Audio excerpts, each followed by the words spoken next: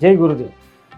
मकर राशीच्या व्यक्तींनी आपल्या जीवनामध्ये जे सातत्यानं अडचणी येतात किंवा प्रत्येक कामाला विलंब लागतो, मेहनत करूनही त्यानुसार तुम्हाला रिझल्ट मिळत नाही किंवा टॅलेंट आहे, पोटेन्शियल आहे, पण त्याचा आउटपुट तुम्हाला मिळत नाही, ग्रोथ होत नाही किंवा कोणीही तुमचं कौतुक पण करत नाही. तर हा त्रास कमी करायचा असेल तर श्रावण महिन्यामध्ये दर सोमवारी किंवा दररोज देवादिदेव महादेव याची उपासना करावी. सर्वप्रथम आपल्या घरातील जे शिवलिंग आहे ते आपल्या समोर ठेवावे, पूर्वेकडे तोंड करून बसावे, मनपूर्वक देवादिदेव महादेवाची प्रार्थना करावी आणि त्याला मनातून बोलावे.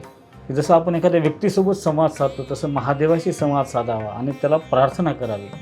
हे सर्वांचे दुःख आणि कष्ट निवारण करणाऱ्या महादेवा, माझ्यावर कृपा कर, मला सद्बुद्धी दे, मला यश, कीर्ती, आरोग्य, धनसंपदा दे, माझ्या कामातील अडथळे दूर कर आणि मला सुखी कर, असे म्हणून आपल्या हातामध्ये शमीपत्र घेऊन ते शमीपत्र उजव्या हाताने महादेवाला अर्पण करावे.